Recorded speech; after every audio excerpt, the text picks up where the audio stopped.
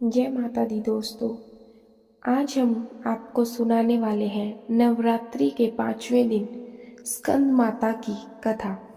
नवरात्रि का 5वां दिन स्कंद माता की उपासना का दिन होता है।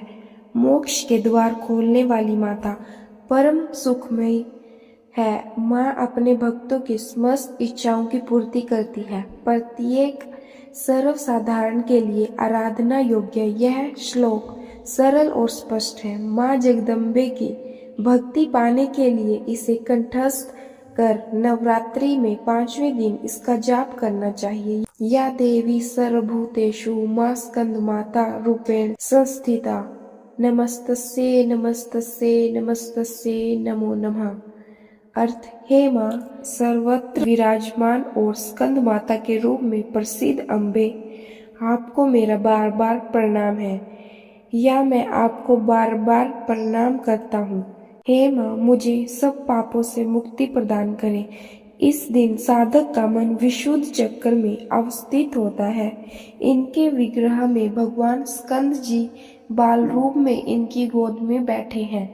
भगवान स्कंद कुमार कार्तिकेय नाम से भी जाने जाते हैं। यह प्रसिद्ध देवासुर संग्राम में देवताओं के सेनापति बने थे।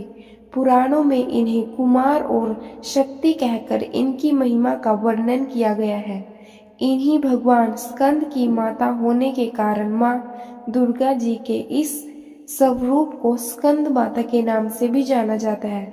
स्कंद माता की 4 भुजाएं हैं। इनके दाहिनी तरफ की नीचे वाली भुजा जो ऊपर की ओर उठी हुई है उसमें कमल पुष्प है। बाई तरफ की ऊपर वाली भुजा में वर मुद्रा में तथा नीचे वाली भुजा को ऊपर की ओर उठी है उसमें भी कमल पुष्प ली हुई है।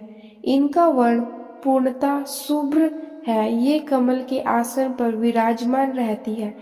इसी कारण इन्हें पद्मासना देवी भी कहा जाता है। सिंह भी इनका वाहन है। नवरात्रि पूजन के 5वें दिन का शास्त्रों में पुष्कल महत्व बताया गया है। इस चक्कर में अवस्थित मन वाले साधक की समस्त ब्रह्म क्रियाओं एवं चित्र वृत्तियों का लोप हो जाता है। वह विशुद्ध चैतन्य स्वरूप की ओर अग्रसर हो रहा होता है।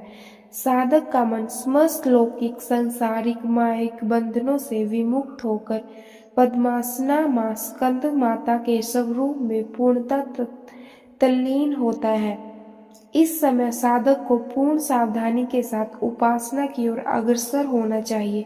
उसे अपनी समस्त ध्यान वृत्तियों को एकाग्र करते हुए साधना के पथ पर आगे बढ़ना चाहिए। माँ स्कंद माता की उपासना से भगत की समस्त इच्छाएं पूर्ण हो जाती हैं। इस मृत्युलोक में भी उसे परम शांति और सुख का अनुभव लगता है। उसके लिए मोक्ष का द्वार स्वमेव सुलभ हो जाता है। स्कंद माता की उपासना से बाल रूप स्कंद भगवान की उपासना भी स्वमेव हो जाती है। यह विशेषता केवल इन्हीं को प्राप्त है।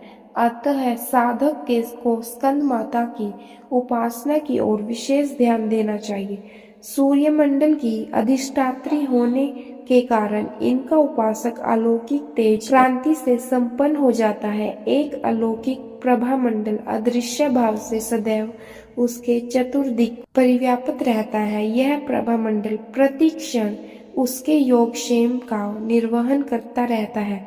हमें एकाग्र भाव से मन को पवित्र रखकर माँ की शरण में आने का प्रयत्न करना चाहिए। इस घोर भवसागर के दुखों से मुक्ति पाकर मोक्ष का मार्ग सुलभ बनाने का इससे उत्तम उपाय कोई दूसरा नहीं है।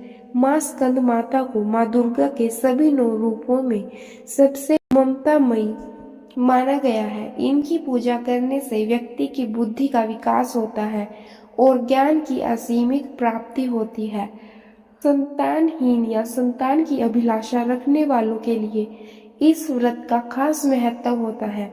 माँ के इस स्वरूप की पूजा करने से सोनी गोद जल्दी ही भर जाती है। एक पौराणिक कथा के अनुसार कहते हैं कि एक तारकासुर नाम का राक्षस था जिसका अंत केवल शिव पुत्र के हाथों ही संभव था। तब माँ पार्वती ने अपने पुत्र स्कंद कार्तिकेय को युद्ध के लिए प्रशिक्षित करने के लिए स्कंद माता का रूप लिया था। स्कंद माता से युद्ध प्रशिक्षण लेने के बाद भगवान कार्तिकेय ने तारकासुर का अंत किया। पहाड़ों पर रहकर सांसारिक जीवों में नव चेतना का निर्माण करने वाली स्कंद माता नवरात्रि में 5वें दिन इसकी पूजा अर्चना की जाती है। कहते हैं कि इनकी कृपा से मूढ़ भी ज्ञानी हो जाता है।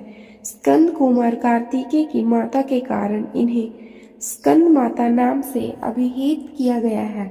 इस देवी की पूजा से मोक्ष का मार्ग सुलभ होता है। यह देवी विद्वानों और सेवकों को पैदा करने वाली शक्ति है, यानी चेतना का निर्माण करने वाली। कहते हैं कालिदास द्वारा रचित रघुवंशम महाकाव्य और मेघदूत रचनाएं स्कंद माता की कृपा से ही संभव हुई। माँ स्कंद माता को सफेद रंग प्रिय है। ऐसे में इस दिन लोगों को सफेद रंग के कपड़े पहनना चाहिए। माँ स्कंद माता को पीले रंग की वस्तुएं प्रिय हैं, इसलिए उन्हें केला, बेसन के लड्डू, केसर की खीर या फिर कोई अन्य पीली मिठाई अर्पित कर सकते हैं। माँ स्कंद माता के लिए प्रिय फूल की बात करें तो वह कमल है। जय माता दी। यदि आपको वीडियो अच्छी लगी है तो वीडियो को लाइक और चैनल को सब्सक्राइब करें। धन्यवाद।